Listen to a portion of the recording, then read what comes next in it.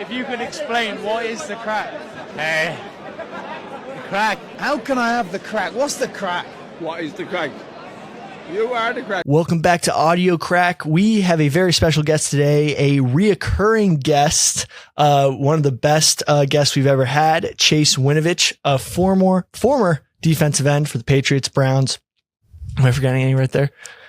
Dolphins and Texans.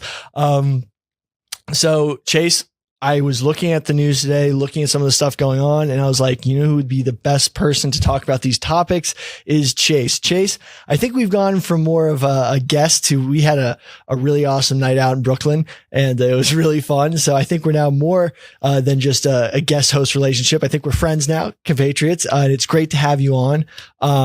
Thanks for coming. Yeah, thanks for having me. Some of the things we talked about, I wish I wasn't right. But look at me, big brain, apparently, and unfortunately, it seems like I am. The evidence has come out in my favor. The evidence has come out in your favor.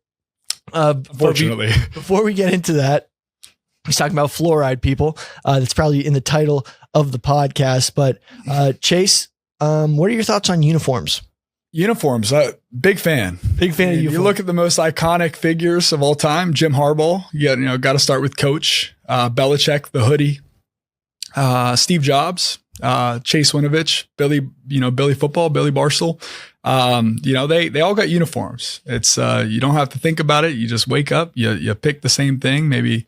Even SpongeBob, the best figures of all time. I didn't realize this, but I've been wearing the same polo for a lot of these interviews, and the same sort of they're kind of like zipper khaki pants. They're like more tactical than regular khakis because you can put a lot of stuff in your pockets, but it just makes it easy. Like you wake up, you know what you're wearing.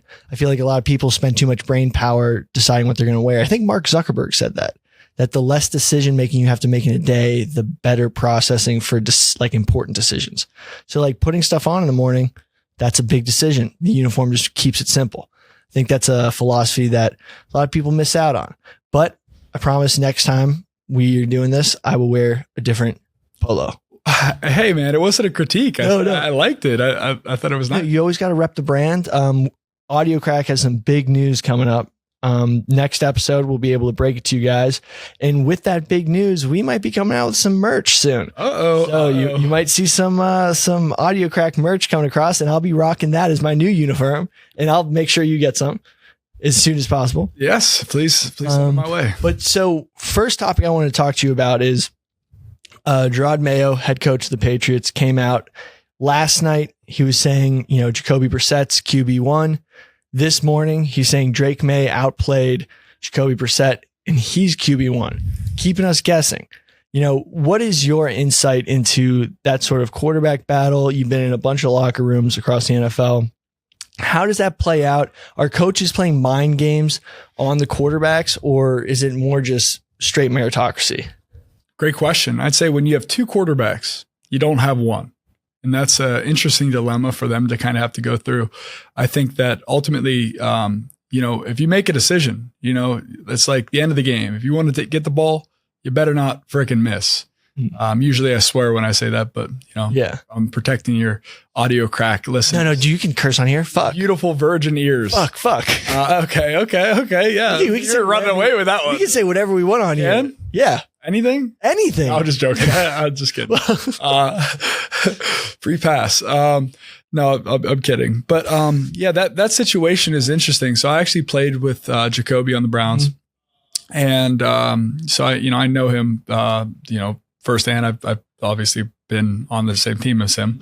And this is obviously nothing good or bad personally. I just think that from a fundamental standpoint, if you're an organization, right, and you draft somebody, there's a whole hierarchy that ultimately exists. And so think about it. If you're head coach and ultimately you have people to answer to, the ownership of the team, the GM, for example, but they all feed up into this funnel.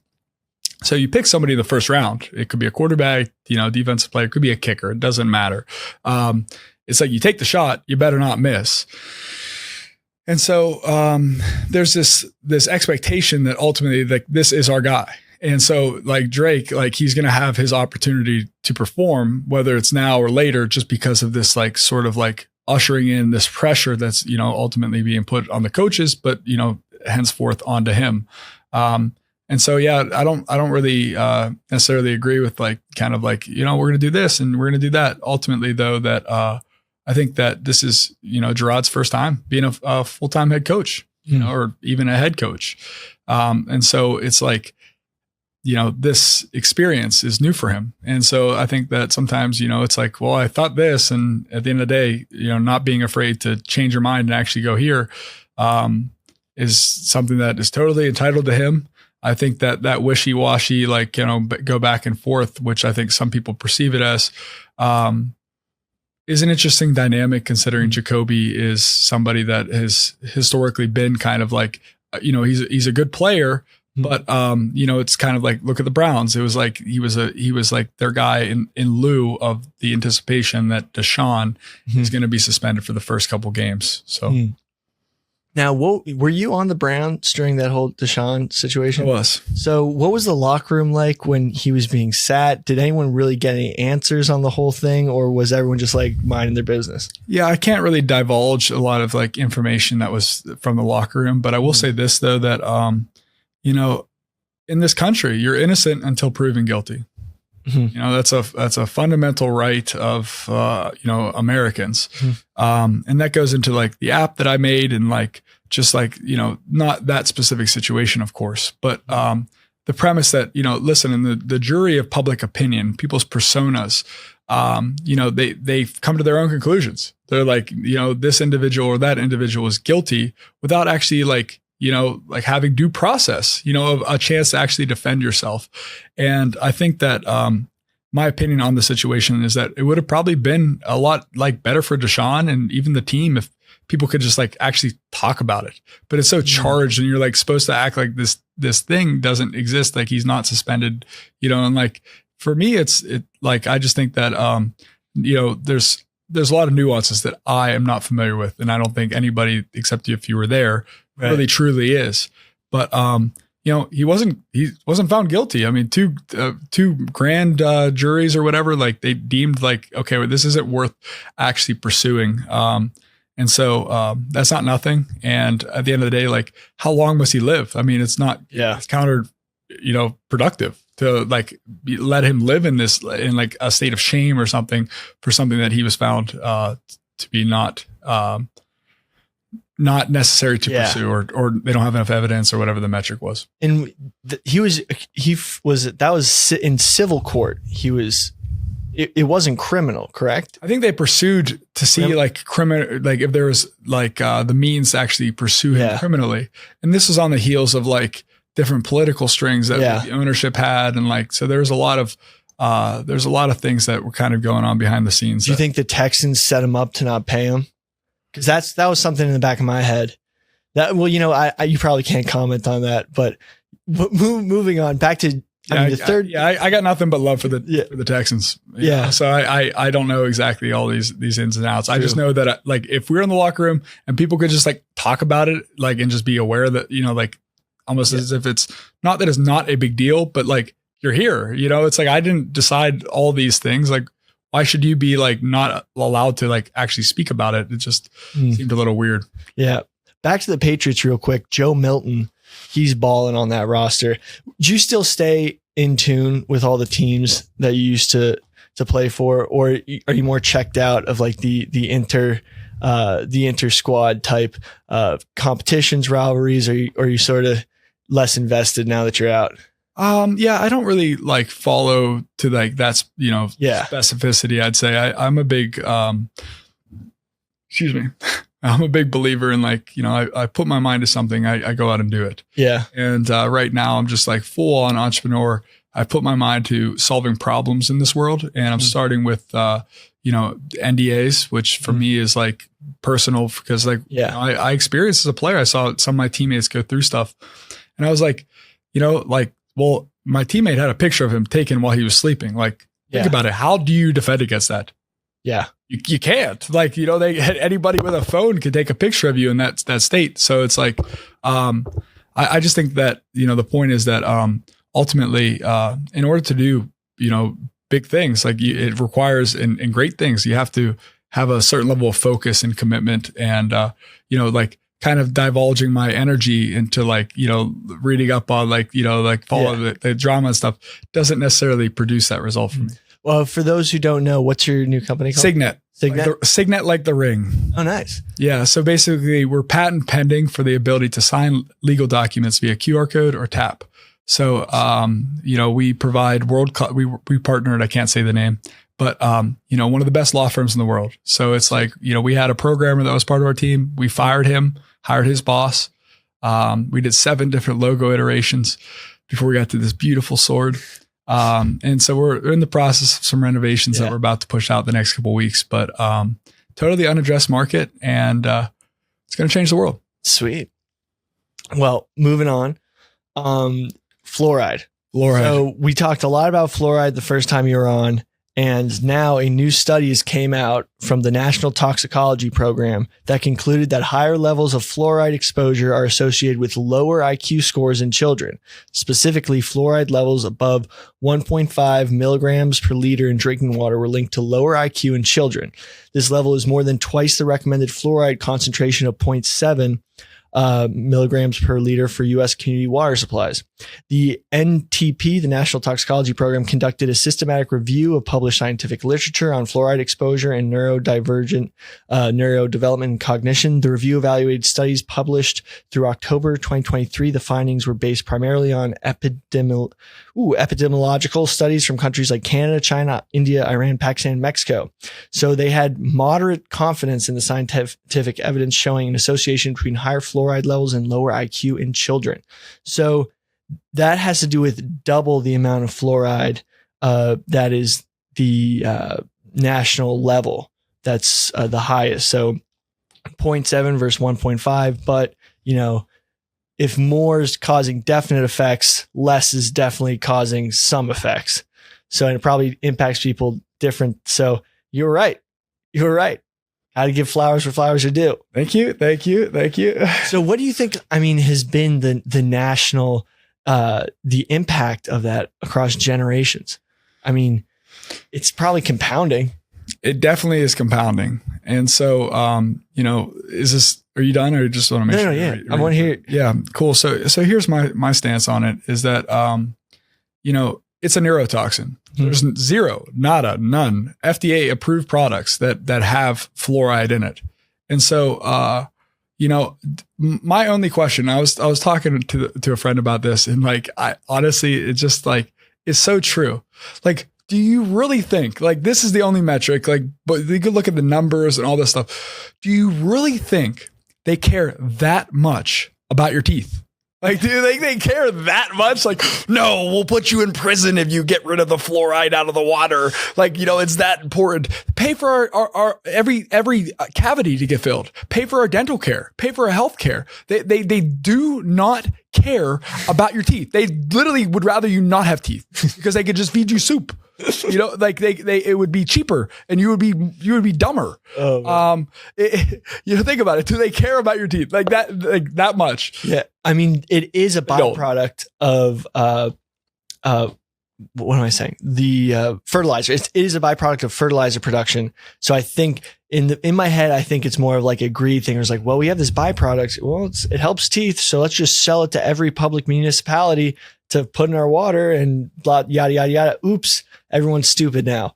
But, I had this theory, and when you look at the Renaissance, when you look at some of the works of art by some of these crazy artists, and you see what a lot of people accomplished thousands of years ago, do you think that there's been a decline over time of IQ because we've gotten so used to not, some of the art from back in the day, I find way more fascinating and almost perfect compared to modern art. And some of the stuff that people were inventing back then, coming up with, are we doing anything as revolutionary nowadays? Well, the thing is, so in college, I studied, I wanted to always, play in the NFL. That was my goal. That's what I set my mind to. And so I was but I wanted to challenge myself academically. And so I was in a class and I saw this guy get hawked down by a saber-toothed tiger. And my man brain was whoa, that's sick. Like we survived that. Like I didn't really put that correlation together until I like visually saw it. And, one of the things I found interesting was that people have no perception of like our past, number one, but two, it's like, because we look for iPhones in the past, we think of the past as primitive, but all you have to do is look at like, I have this book at my house. It's like, like Remarkable Diaries of History or something along those lines.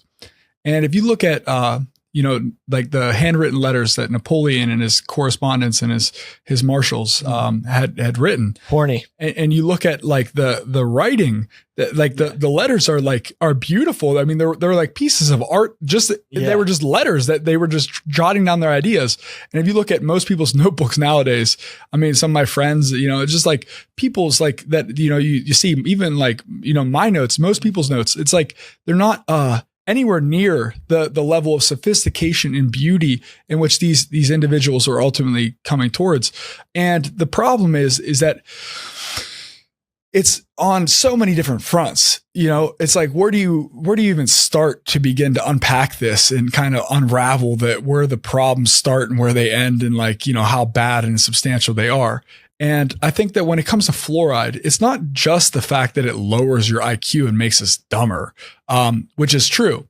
There's other problems. For example, this is according to this is what really was like, whoa, when I saw it, because intuitively I've heard about it and like I've heard people speak about it, but until I read it in a government scientific article talking about it, that factually drinking fluoride calcifies the pineal gland.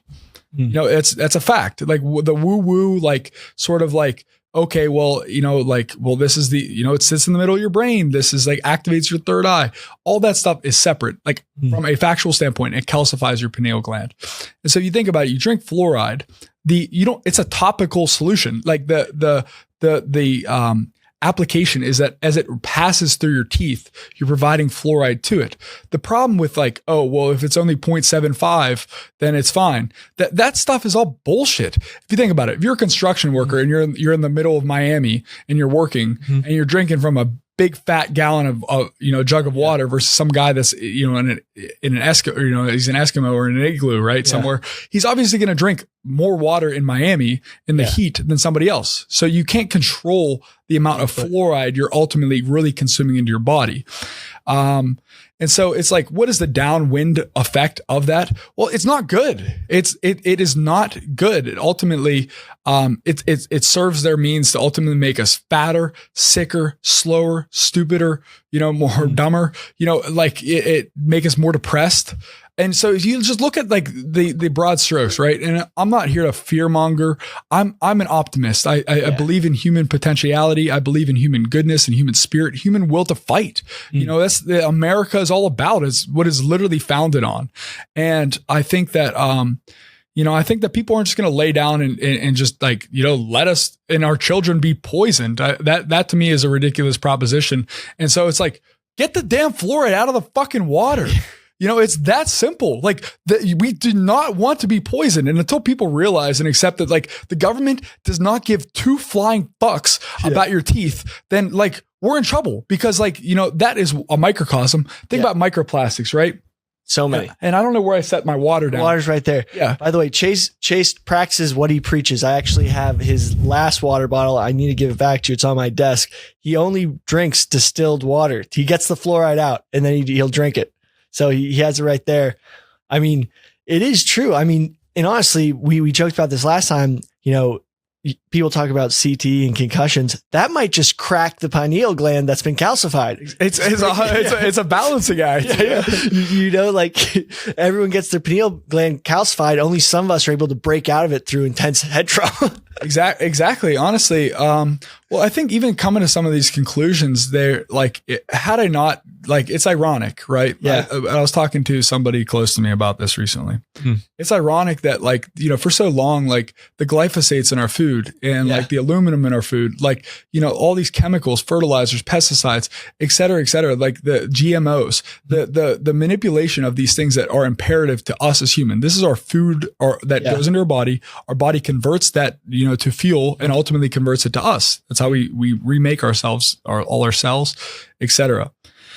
But it's ironic because it's like, because of all these things that have ultimately been sent to poison us, people like myself had ADD, that for a long time that hurt me, cause like in terms of focusing in high school, even through college, it's like it prevented me and other people like myself from being indoctrinated to this program that ultimately, is not good for us. It's not meant to create thinking, caring, considerate people. Yeah. It's meant to think robots that just go beep boop, beep boop, beep boop. and that's what the state of most society is. They literally will fight me tooth and nail, call me names and say I have CTE for saying don't drink fluoride. Here is the evidence. Like that is, it's like, dude, do you think I'm paid by somebody? Big Distillery is not paying me. They do not have nearly the budget as the people that are trying to put fluoride in your water. I guarantee you. It's crazy. I was it's back to that idea of like ADHD diet, and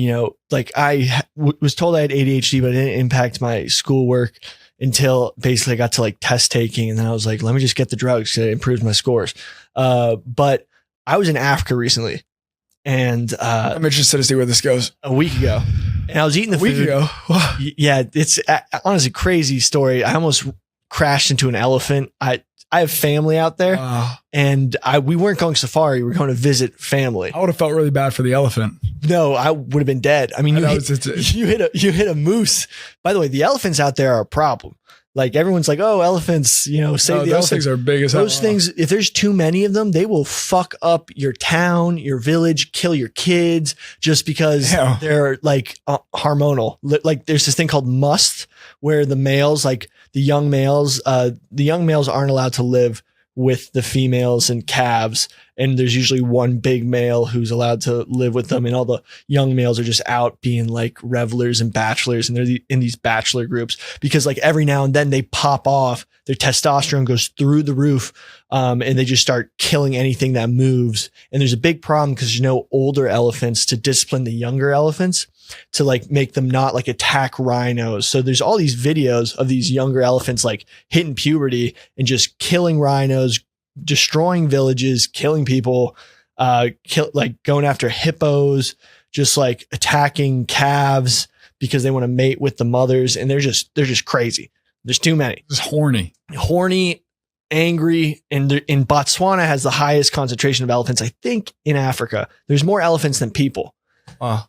In certain places. But anyway, back to the story. I was eating food there. An elephant? No. Oh. But I did see a hippo get butchered by the side of the road. That was roadkill. Interesting. I'll show you the picture. It's insane. But I was eating food, regular food, drinking beers. We finally found my family member who we hadn't heard from in a long time. We're kind of out there to do a little check on him, make sure he's still like, yo, you good, dude? You haven't been back in the country in 30 years. You haven't come back to the US. So anyway, we were drinking a bunch of beers, woke up, hangover was non-existent. It's like, what? Like, what's going on? Was eating food, feeling good, high energy, wasn't working out because there wasn't much to do, but like still feeling like good. And I don't know about you, but I need to work out every day, just like to like get my mind right, get stuff going. But out there, I was just feeling good. And I was like, what the hell's going on? Then I realized all the food didn't have any additives. The beer was just like 4 ingredients, like grain, barley, yeast, not a bunch of stuff you can't pronounce. Yeah. And so then I went into it. And then when I got home, I was drinking a couple beers. And I was like, I'm going to drink as many beers as I did in Africa and see how it feels. And, baseline. The hangover was terrible. So then I realized, I was looking it up. All those beers I was drinking in Africa had no preservatives, none of that benzo, whatevers. And like all the food didn't have any of the additives either. And the grains weren't sprayed with insane amounts of chemicals that they do in the United States. So like, I try to avoid carbs because like carbs make me sleepy and kind of like mess me up during the day. So I don't eat them before bed. But then I was looking into it, and then people were saying the same stuff about food in Europe. And they're like, the United States has the worst food from that standpoint. We have the best, most food. We like feed the whole food is delicious. Yeah. I will say that. Yeah. But, but just all the additives. And then I looked into it, and RFK did a whole speech on it about like making sure that his legacy is healthy kids, pick and choose what his beliefs. He recently a story just came out that he took a chainsaw to a whale in Martha's Vineyard and chopped its head off and drove it all the way back to Mount Kisco, New York with his kids in the car, and like whale juice was leaking into he's a crazy motherfucker. But in like with the whole bear story, you hear about that? I heard that now. No, he found a bear, roadkill, threw it on top of in the back of his truck, drove to Smith and Walensky's, I think it was, in the city. And he just was like, oh, I can't leave the bear in the car. So he threw it into Central Park and put a bike next to it to make it look like someone hit a bear on a bike and killed it. And it was just like a prank. And for like 30 years, no one knew it was him. But he recently was on like Roseanne, which is like the weirdest place to mention it, where he was like, yeah, that was me. I left the bear. I did that. Yeah. Park. Everyone was looking for it, but it was me. Yeah. I was like, what the fuck, dude? But crazy guy. But he talks about all the additives to the food. And like you first are like, why are they trying to poison us? But then you look at the history of processed food, and it's like the increased shelf life of all these foods, like increased profits for companies by like billions of dollars. So like there's that angle. But also they may be just poisoning us to try to make us take medicines, make us sick to take medicines they create and keep us sick. There's that angle. Well, this is where the tricky part comes in, right? Yeah. Because I think that, ultimately, humans, Nikola Tesla, Serbian, like myself, he said, as soon as the world looks at things in terms of energy, frequency, and vibration, we'll make more progress in science in a decade than we have in like all of history. Why do you say that? Because at a fundamental level, we're vibration. And so when you hear stuff like this, the first reaction for most people, same people that have been just indoctrinated into this belief system and are so identified with their mind that they, trying to unpack this is very tricky. But ultimately, it's fear. Fear is ultimately lowers your vibration. And I think, some of these things, it's like, where do I even begin? It's like, you feel like you're a victim, when it's like, that's what they want, like they want our vibrations to be of fear, us to believe that we're victims, that we're helpless and we can't do anything about it. All that stuff is not true. I don't believe so anyways. And like those solutions ultimately are tricky. But if you think about it from a fundamental standpoint, right? I think, the first step to changing anything is awareness. And that's what we're here. We're talking about it. That's step one. You guys are listening. Thank you.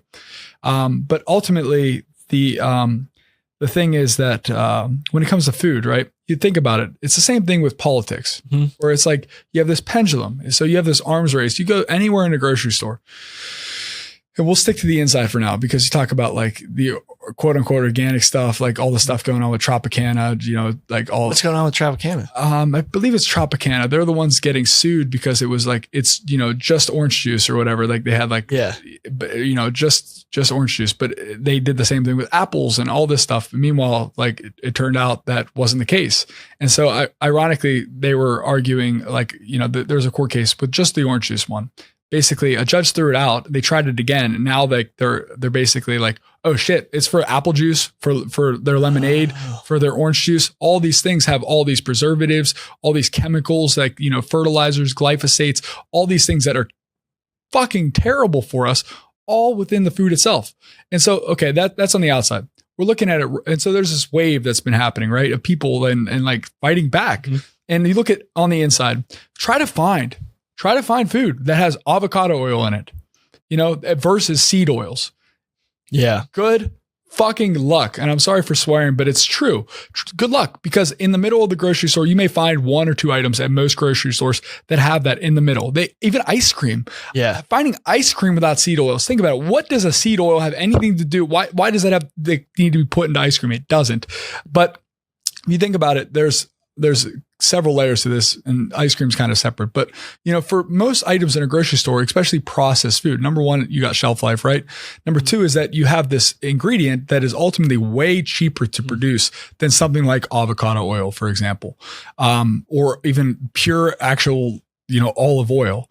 And so the alternatives, the cost is pretty, is not cheap. And if you're talking the scale to feed hundreds of millions of people, if not billions, worldwide, the process is way cheaper to do it one way. And so it's like by comparison, on that scale over a long enough time frame, the amount of money that they'll save and ultimately be able to competitively produce said thing at is starkly different. And so it's like, it's not just that one, food product is cheaper to make, but it's cheaper to make by contrast. And so all that extra money that they're ultimately saving can also be used to do things like, if talking billions of dollars here, lobby to Congress, bribe people like the American Heart Association to say like, it's cholesterol levels that are the biggest problem. It's, seed oils are good. And so this public perception, this narrative around what's good and what's bad, just look at the food pyramid,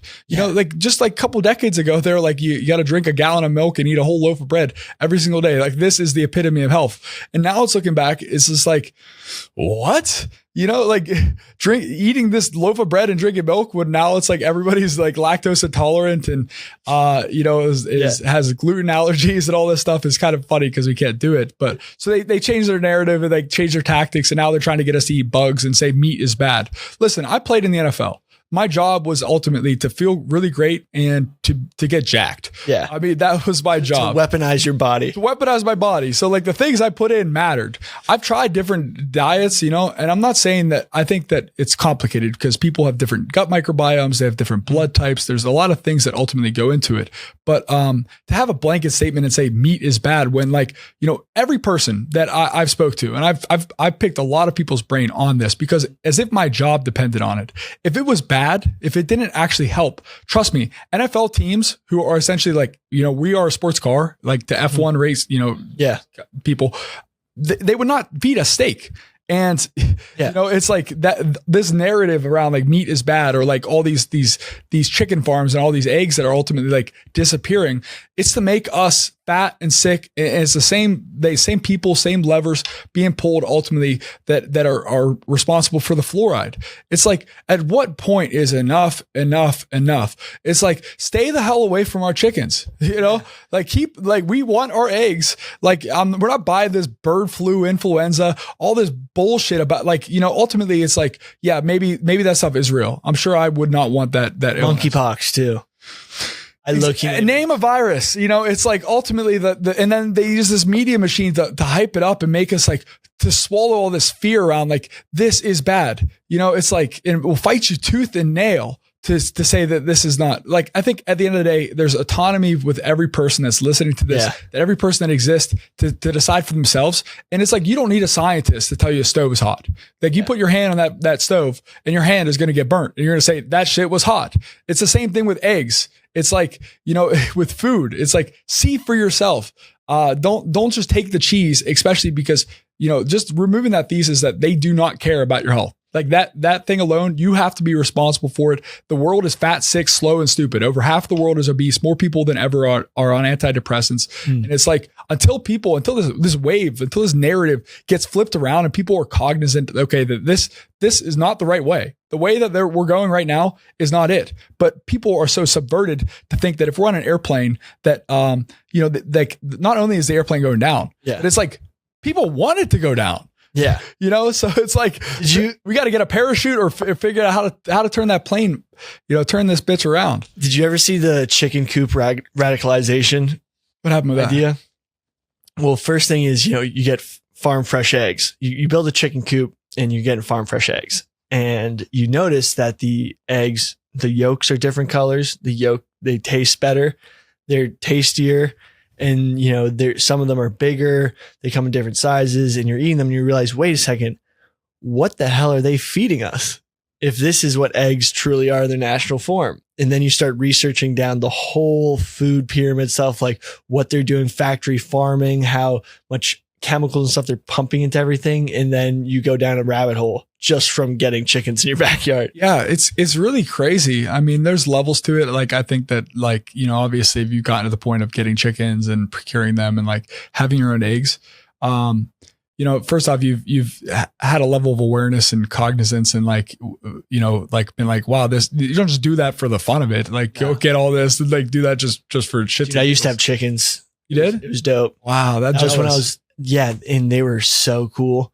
I had different breeds. I had like Rhode Island Reds. I had Easter eggers that laid green eggs. Wow. Yeah. So like those are rare. Yeah. Yeah. So there's some that lay blue eggs, but then these were mixed with the brown chickens. So they had Easter egg type and they were really cool. The shells were awesome. Hawk got them, a couple of them. And then Fox got another one. But then I had to move into the city. This was like when I was in college and like at home upstate. But I can't wait to get them again. Me neither. I tell Zeus every day, I'm going to get you a farm, buddy. Yeah, hang on. Yes. Zeus, for those who don't know, Zeus is Chase's awesome dog. Samoyed. Samoyed. Yeah. Yeah. Samoyed. Beautiful dog. But yeah, all like, it's crazy. Just like the thing is, so with meat, right? The way they demonize meat, they're like, meat causes cancer. What they said was basically, and this is the way that they're saying that it causes cancer. So there's a chemical called IGF-1, which is actually really good for you. It's basically what happens when growth hormone gets released in your body. IGF-1 gets released from the liver, repairs tissue, like increases muscle mass. Like a lot of bodybuilders inject IGF-1. Now, uncontrolled IGF-1 definitely can cause issues. But if your body is releasing HGH due to L-carnitine, which is I think that's the compound in meat that causes the IGF-1 production, they're saying that IGF-1 will go to cancer cells and grow it. What they're not talking about is that IGF-1 will also go to your immune system and improve your immune system to kill those cancer cells.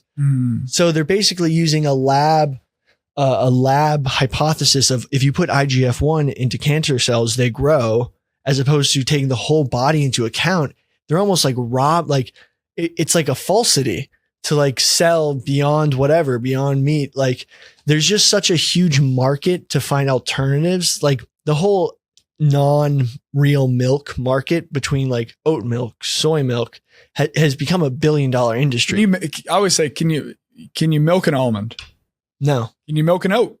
No. It's oat juice. It's almond juice. You know, it's like I dated a compulsive liar. Mm-hmm. You know, I'm not proud of it, but I'm happy I did, because ultimately I found myself in a hole. And as Jocko Willink, who guided me through that process, shout out to you, Jocko. You know, it's like I ended up in that damn hole. There's a crater. And I was like, how the fuck do I get out of here? How do I make sure that this never happens to me again? And so I researched about lying. It's just like, you know, is there a motivation? Is there like something to gain ultimately at stake? Because like if there is, then somebody, you know, could lie. But even just like finding what truth is, it's not always just in the words, and it's not, lying isn't always just saying like, you know, it's actually red, but I'm going to tell you it's blue. It's like, hey, here's this. It's like disinformation. And it's ironic because they use these words as part of their propaganda to like dissuade you from thinking certain things, because it's at the level of the mind. It's words. Your brain processes it and it has a meaning. They say that this is what it is. And people just say, okay, that's fine.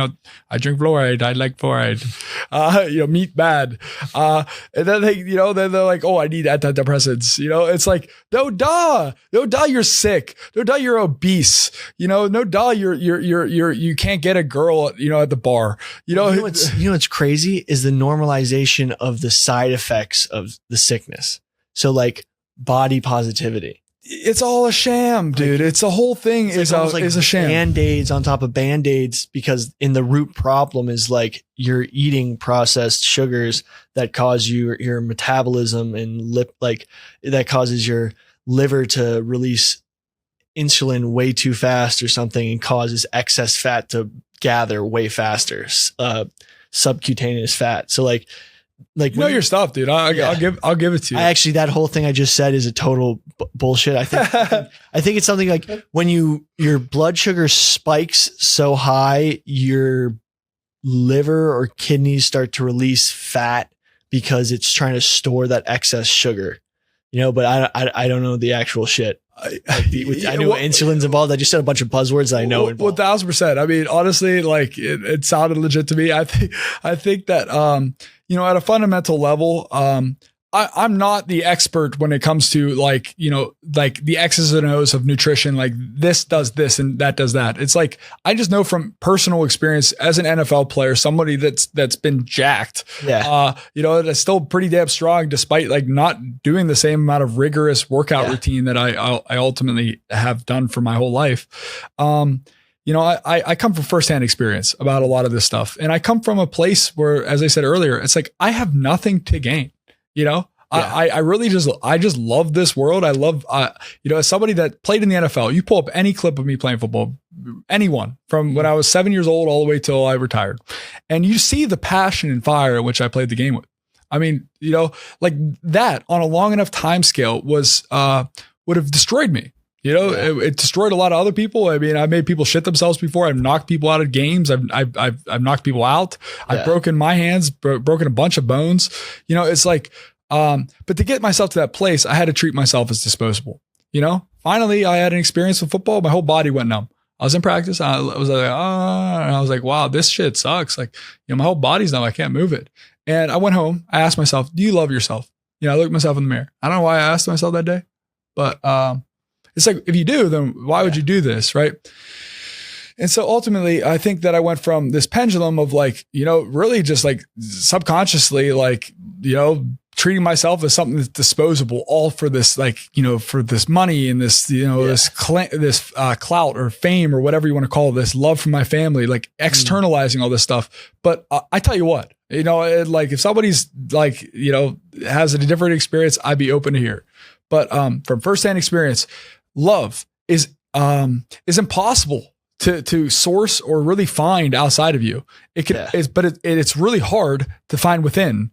And so the body can heal itself. And, you know, my goal is for myself to be an example of this, you know, moving forward, but ultimately, you have to start somewhere. And water is one of those things that I keep coming back to because, you know, think about it, right? Think about this. We live on a planet that's mostly water. Water is special in its essence because it's the only chemical or, you know, thing that's found in all three states naturally occurring. You know, it's in ice, it's in gas, it's in just pure water. And so you think about us, we're mostly water. We are mostly water. And so if you think about it, we can't go very long. It's like, what is it? 2 days without food or 3 days without food, or sorry, 3 days without water, 3 weeks without food. And so you go to the store, you have the illusion of choice. You go there, do you want Fiji? Do you want Dasani? Do you want Aquafina? Oh, I love Aquafina. That's my favorite. You know, but Dasani and Aquafina both taste terrible. They taste terrible. They're trash. But the point is that you have the illusion of choice. But at the end of the day, which method do you want to take your poison? Do you want to drink it from these plastic jugs, which ultimately have microplastics, or do you want to drink it from the tap water with fluoride in it? You know, like where do you want to get your poison from? And so it's like then you drink this plastic jug, right? Because you know, it's been stored in a container. You're transporting this container with microplastics in it into our body. This isn't woo woo. Like this is a fact that this water has microplastics all through it. You know, when the heat, you know, the particles of the water and like, you know, just like break down from the plastics, we drink that. All that shit as a man ends up in our balls. You know, every man and dog they tested they tested the dogs. They're like, you know, let's just see if our four-legged, you know, man's best friend has it in his balls too. And every single one had that shit in their balls. And talk about downwind. What is the downwind of an front of an assault emotionally, psychologically, you know, on our male part of our species? I mean, we are, you know, our universe is about balance. And so when you take a situation and you provide people their solution, the alternative to drinking fluoride with, you know, like a neurotoxin, and you just say, well, you're going to mess up your testosterone, then like that's not really a solution. It's just like we're being duped, we're being lied to. And at the end of the day, it is an economic thing though, because like, what are the alternatives, right? To have glass water, which some stores do carry, Mountain Valley, you know, it's like, it's expensive. It's pricier on a, you know, a per like, you know, ounce, whatever you want to quantify that basis than drinking out of just a really cheap plastic water. And so we have this society where people are so they have to work to survive, to pay their bills, to keep up with the Joneses, to get all these different outfits that they don't really need, that wasn't always part of society. Then not only can they like not really even afford an actual solution, but ultimately they're just going to either be really depressed about it, hence the antidepressants, which they make money off of. The whole thing just, in its essence is for most people very overwhelming. Most people are left without actual optionality when it comes to this stuff. But, we start here. We start here. It is what it is. The past is the past. I'm not interested in like trying to, pursue like, hey, you did this, like, retribution, all this stuff. I'm not for that. Like, hey man, like it is what it is. Like at the end of the day, I'm just interested in how can we move forward and how can we actually heal ourselves? How can we look after our children and just like put an end to this? Do you remember how there used to be lead in gasoline?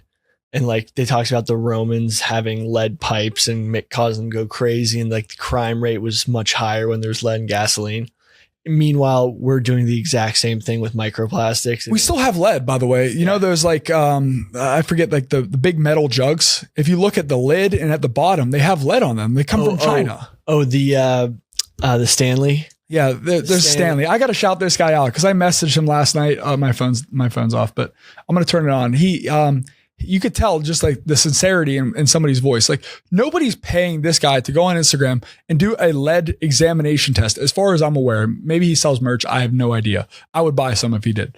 But ultimately, like, like him going on there and doing it, like, people like they get like as if their ego, they throw themselves in the line of fire. It's like, no, get out of the way. Just absorb the information for what it is and accept the fact that a lot of the stuff that we've been told is not true, is not for our highest benefit, is not for us to be healthy. We're not treated in the same way an NFL team, a nutritionist would provide and care for their people. We're treated as if we're cattle. Yeah. And we're meant commodities. It's something to be our energy squeezed out of us in some way. And in that case, the Matrix, it wasn't a movie. It was kind of a documentary. And that's kind of what we experienced. I mean, when I said, something about a certain event from the past, right? And I said, do you believe this case or this? It was more likely. In my head, I have my opinions on the matter.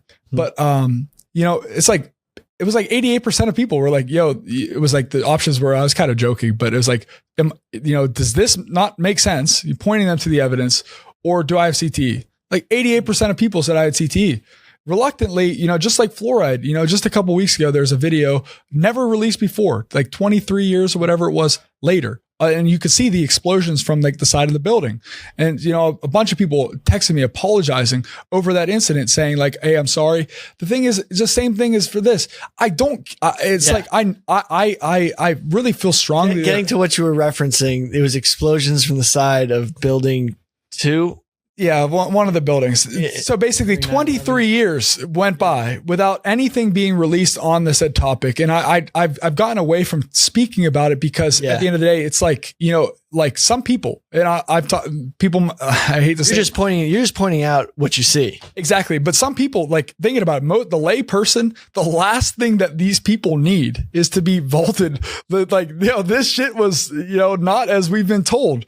And so I've kind of gotten away from it. But, the point is that there is a rising awareness to a lot of these things that ultimately, like, if there's no voice in this world that you could ultimately trust, I've had to make decisions before. I partnered with a body wash company, for example, years ago, that I wouldn't put that shit on myself. And I, at the time, and I'm sorry to the people that ultimately bought this specific body wash, but I made a mistake. It was like, I justified at the time, do I want 20K or whatever it was, 30,000, and to be put into a specific store all across the country or not? And, I said, well, if I don't do it, somebody else will, Yeah. And so it's like this economic thing is like, these people use cheap chemicals, make these cheap ass products that ultimately poison us, and then use that excess money to ultimately pay people like myself which if I didn't do it, somebody else surely would have. Entice them with all these avenues and these networks, and then push it onto people that otherwise are looking up our heroes, are all bought for, or all subdued. And I just think it's, once again, fundamentally bullshit. I don't think that most people really think this way. They're not just conscious to it. They're just like, hey, listen, at the time, like, it's like, oh, I got to pay my bills. This money sounds good. I'm just going to do it. But it's like, at what point does that end? It's like if the people that own the levers of this microphone out to the world, out to the NPCs, if you will, the 99% of, or not 99, but 88% of the population, going back to the CT. Do you feel that you're a main character? I mean, not main character, but you're not an NPC, and that you're one of the, like, for example, if this was a not an RPG, but a multiplayer, interaction game, do you think you're one of the players or an NPC?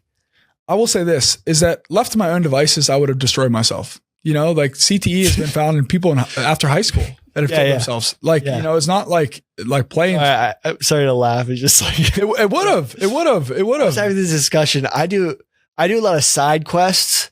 I love side quests. I just did a side quest in fucking Africa, dude. It was fucking wild. That's sick, dude. Dude, elephants, elephants and shit. And I'm always doing side quests. And chickens, Easter egg chickens. I didn't even know they made those, dude. I would love to crank. I call it slonky. Like every day, I walk to my sink, right? And I just so easy. Why would I put this on a stove? Which most stoves they have like what is it? The Teflon. Yeah, yep. I don't have that shit in my house, but they don't. Why would I take an egg? I just crack an egg. I put my hand like this. I crack the egg over like the corner of the sink. I just drain the rest of it. Right. So I'm left with the yolk, and I just put it in my mouth and swallow it. And it's delicious. It's so nutritious. No salmonella. So salmonella is found on the outside. Organic shells are washed, which is a whole nother. I just want to touch on this because I was at Whole Foods the other day, right? Yeah. Great store. I mean, like in terms of like in comparison to like your neighborhood grocery store, it has some good quality stuff, organic, quote unquote. But if you look at the tiers of chicken eggs that are ultimately offered, it's like you have like no label, just like chicken eggs. Then you have like the pasture raised chicken eggs. Then you have like the organic pasture raised chicken eggs. It's like, there's like 30 free range pasture. Like, it's like, there's like 5 different ranges of like very specific things that they have to like specify, because ultimately the manipulation to our food supply is that entrenched just around the freaking egg. You can't it's so problematic. But the point is, you crack an egg, it's so simple and so nutritious and so fast. And it honestly, at this point, it was weird at first because you're not used to it. Like taking it's like an oyster now. If I had one here, I would do it right here. So why don't you go after the egg white? I think is it mostly just water? Somebody told me it had something to do with the salmonella, like a while ago. It was like the outside, but I just personally, I like the yolk. You like the yolk? That's pretty sick. I used to just put raw eggs in milkshakes, and used to be like salmonella. Have you ever done a slonky? I'll do a slonky. Okay, next time we got to do a slonky. Yeah, we'll do a slonky. We'll do a video of a slonky. I'll bring some eggs. Have you ever heard of a miner's breakfast? I haven't. It's you crack an egg, put it in a pint glass, and then you pour beer over it. See, that's what men used to do. Yeah, that's what they used to do. Now we drink Trulies. Yeah. I don't know, just my drink. I drank it, and the thought is like the alcohol kills salmonella in the egg, and I drank it, and I was like, this would be a solid breakfast. I'd have a couple of these. I think salmonella is on the outside of the eggs. Yeah. And somebody told me when they wash the outside.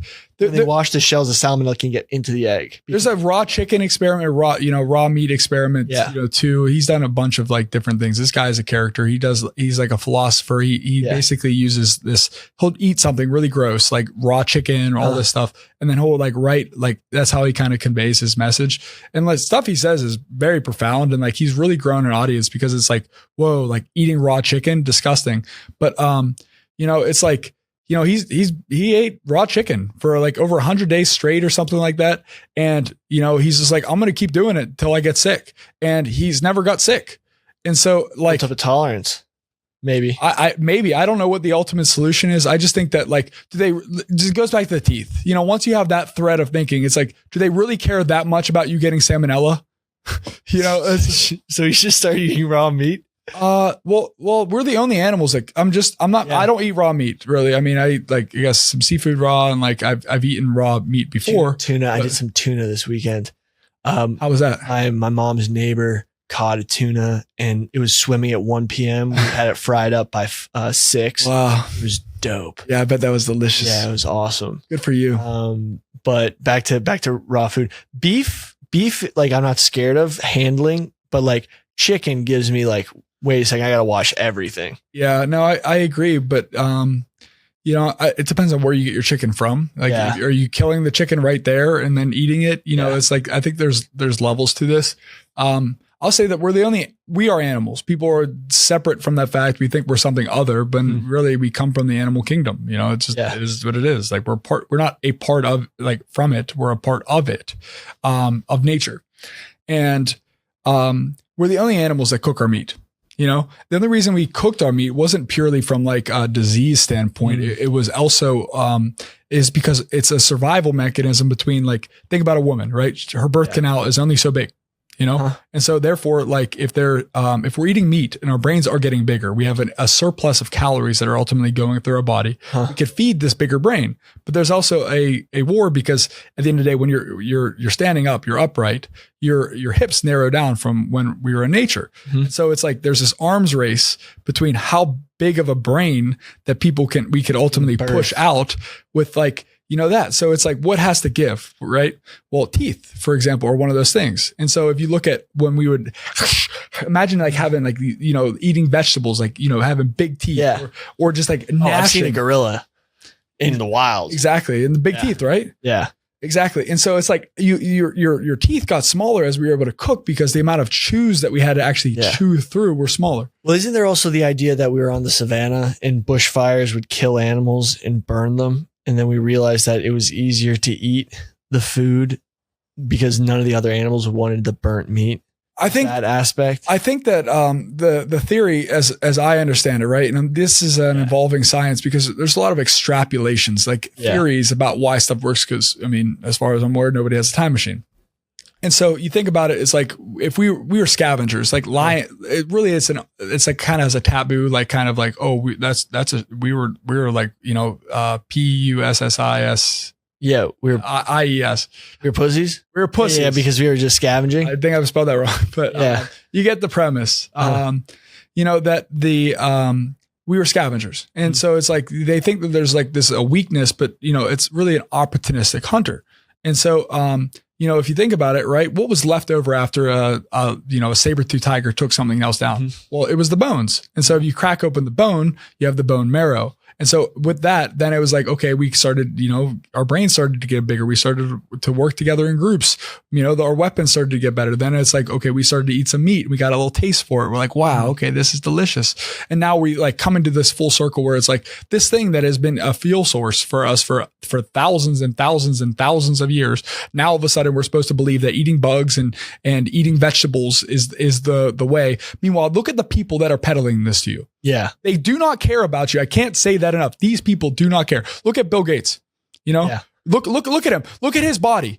Do you never like, why would you go up to a homeless man and ask for his advice on finances? Yeah. You would not ask him. Do not go to Bill Gates and say, tell me how do I raise my testosterone, Bill? You know, and if he was here, I'd tell the same thing to him. It's like, stay the fuck away from our food. Yeah. You know, you do not know about food. Stop buying our farms. Stay away from our eggs. Dude, I was in Uganda and I was seeing signs saying like, fuck Bill Gates.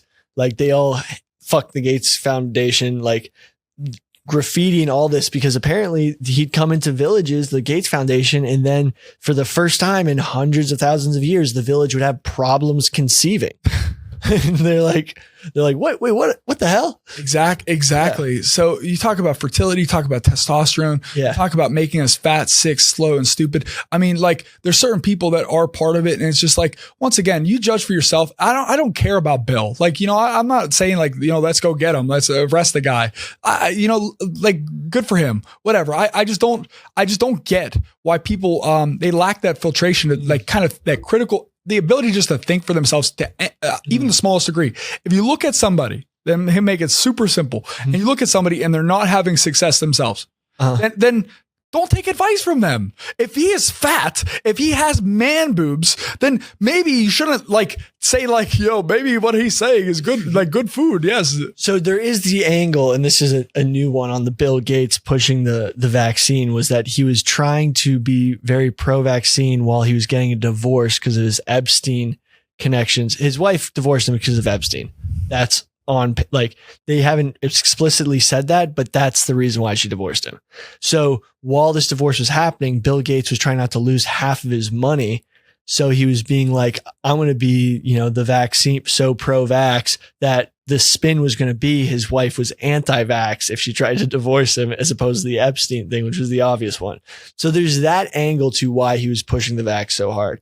Shout out Peter Thiel. He said this theory on Joe Rogan, but that's one angle of it. But another is just I think there is an anti-human element where there's people at the top who believe that in order to save the earth, instead of making innovations to help clothe, feed, and increase the population and increase our resources more efficiently, that we need to shrink the population and go to places like in Uganda and sterilize half the village, but under the guise of public health because the population's booming too fast.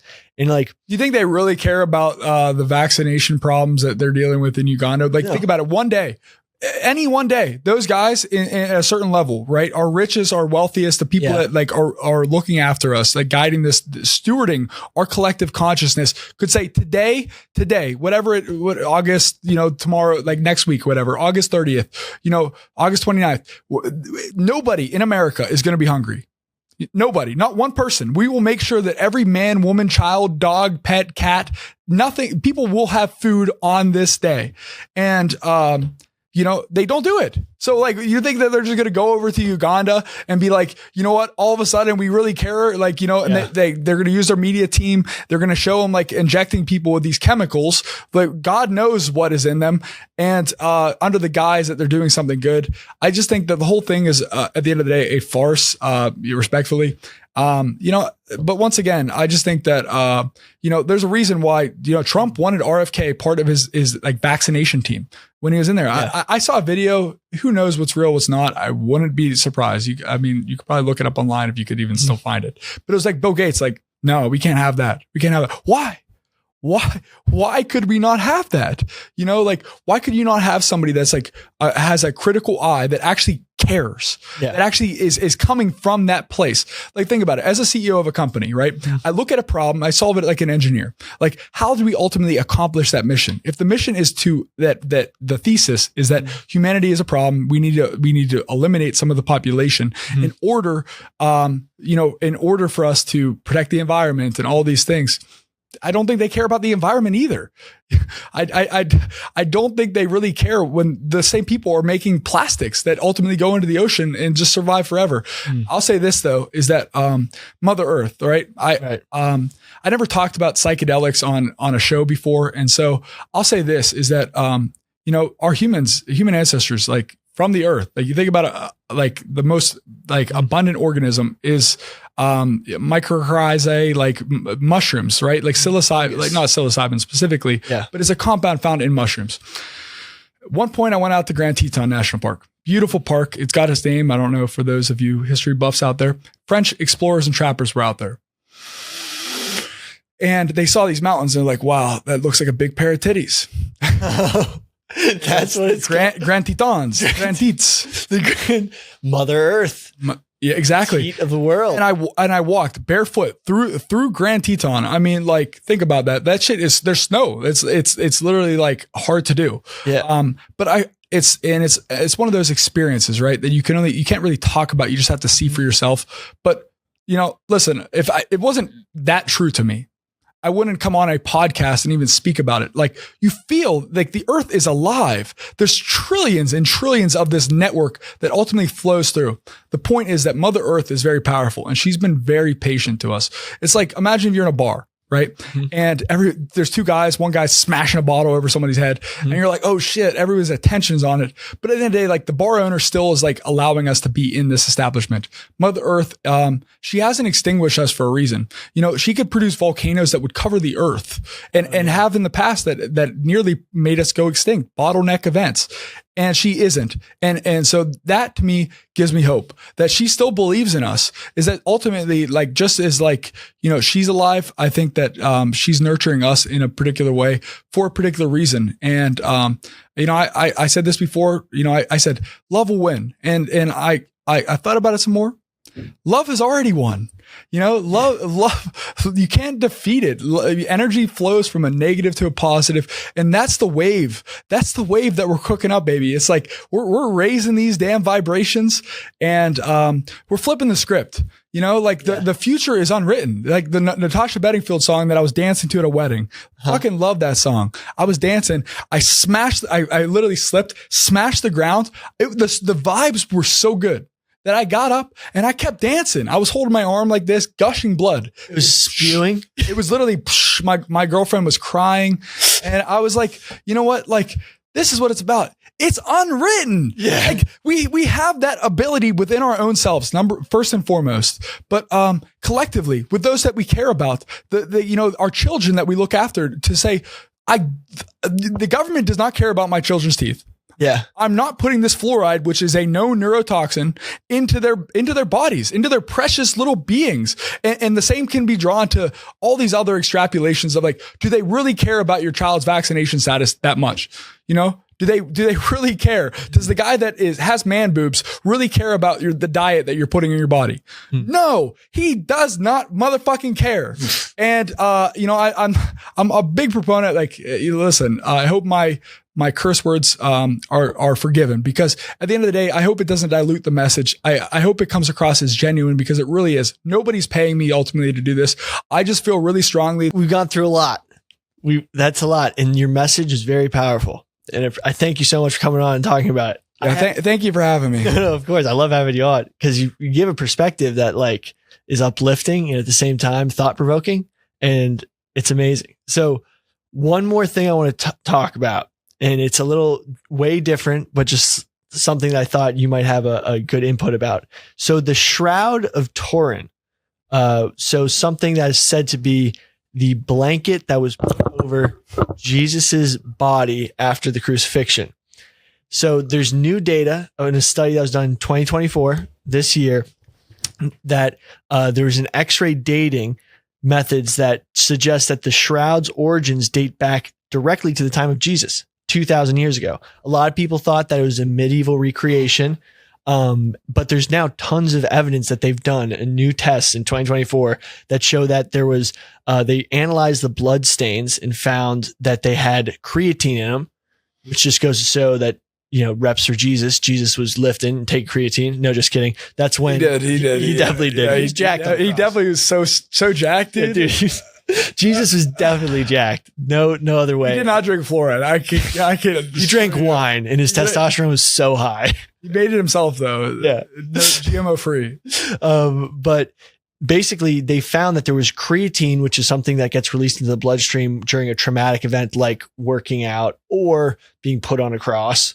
But it's crazy because they also found that the plant particles in the Shroud of Turin, Jerusalem. Yeah, they date right back to Jerusalem, and they bloom. The exact pollen they found is only bloomed from March to early April, right around Easter when the crucifixion happened. So like all these things, like this is just seriously, and also they found that it was he was buried with traditional Jewish burial practices, which would have been of the time, and that the image formation, like in order to produce the image, like on from the analysis of they totally did like a black, like blue light type scan of the thing, that would be impossible to create something even in today's day and age to be so exact of the depiction, which, like, you know, this is one of those things where it's like, even if you're not a religious person, this would be like finding out, you know, any sort of myth, if you think it's a myth. And I, you know,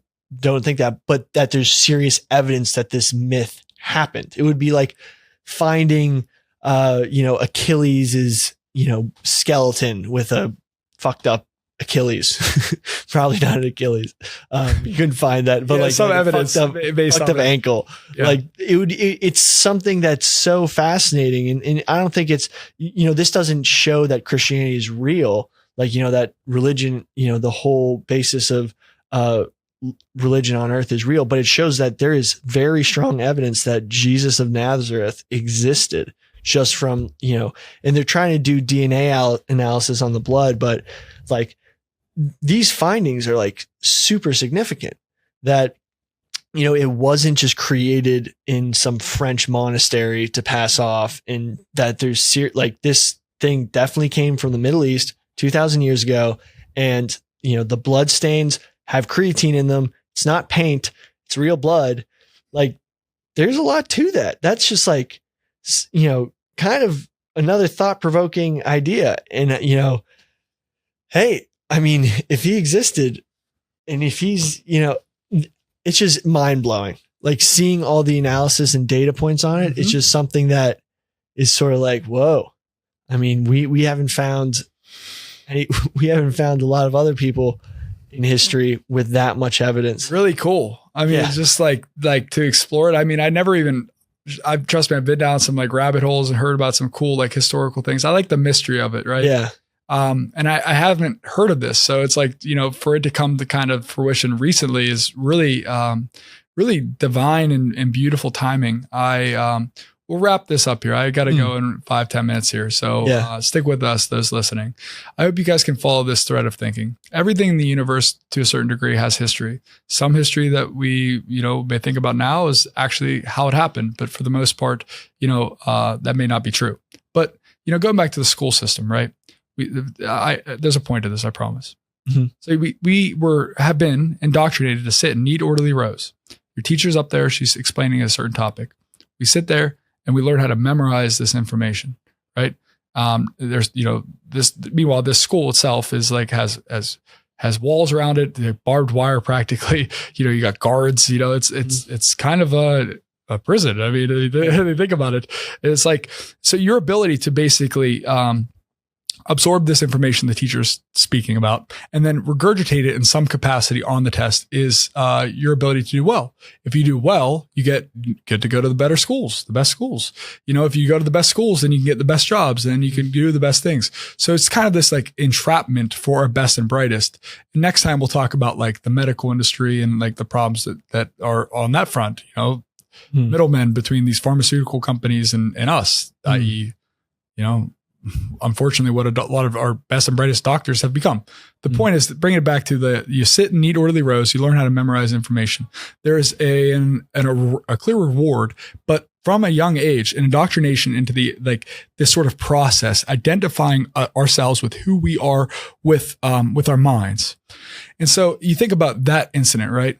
It's really cool because, there's two things at play. Like, number one is that you can't think about it in terms of the mind. Like, how could they have done that? It's beyond the mind. And if you think in terms of something like, that isn't of the mind, i.e. like how the hell like trillions of microorganisms all know to like just do this thing without us actually thinking about it. There's levels to this shit, like Avicii said, and as you think about God, right? He doesn't just turn a light switch on by flicking a switch. He turns the lights on, supposedly, from flinging a planet around the sun. He turns it on and turns it off. It's like that is the level and the magnitude and the power in which this individual, this energy ultimately is capable of. And so, I think that on paper, you look at all the problems we're facing, from the water to our food to like the past historical events that are atrocities to like where we're going as a society to like all these issues that we're facing, X, Y, Z, this, that, or the other. It's like on paper, we're fucked, like beyond fucked. Trust me. No, there's few people that have as much resources as I have, that have as much willingness to go into certain caverns and take the scenic route to explore things and actually try to understand it from both perspectives. As I do. And on paper, it's like the situation is fucking dire, like really dire. And RFK, you could just listen to him. You could hear it in his voice. Like, like something has to happen soon. The downwind of all these things is not good. But I will say this, is that if that's true, Right? Which like, it moves me because that, I'm not under the hypothesis that God, was not here. Then he showed up all of a sudden to channel through human beings like you and I, like those listening to this, channel and write things down, right? Write this down. And then I'm gonna head out.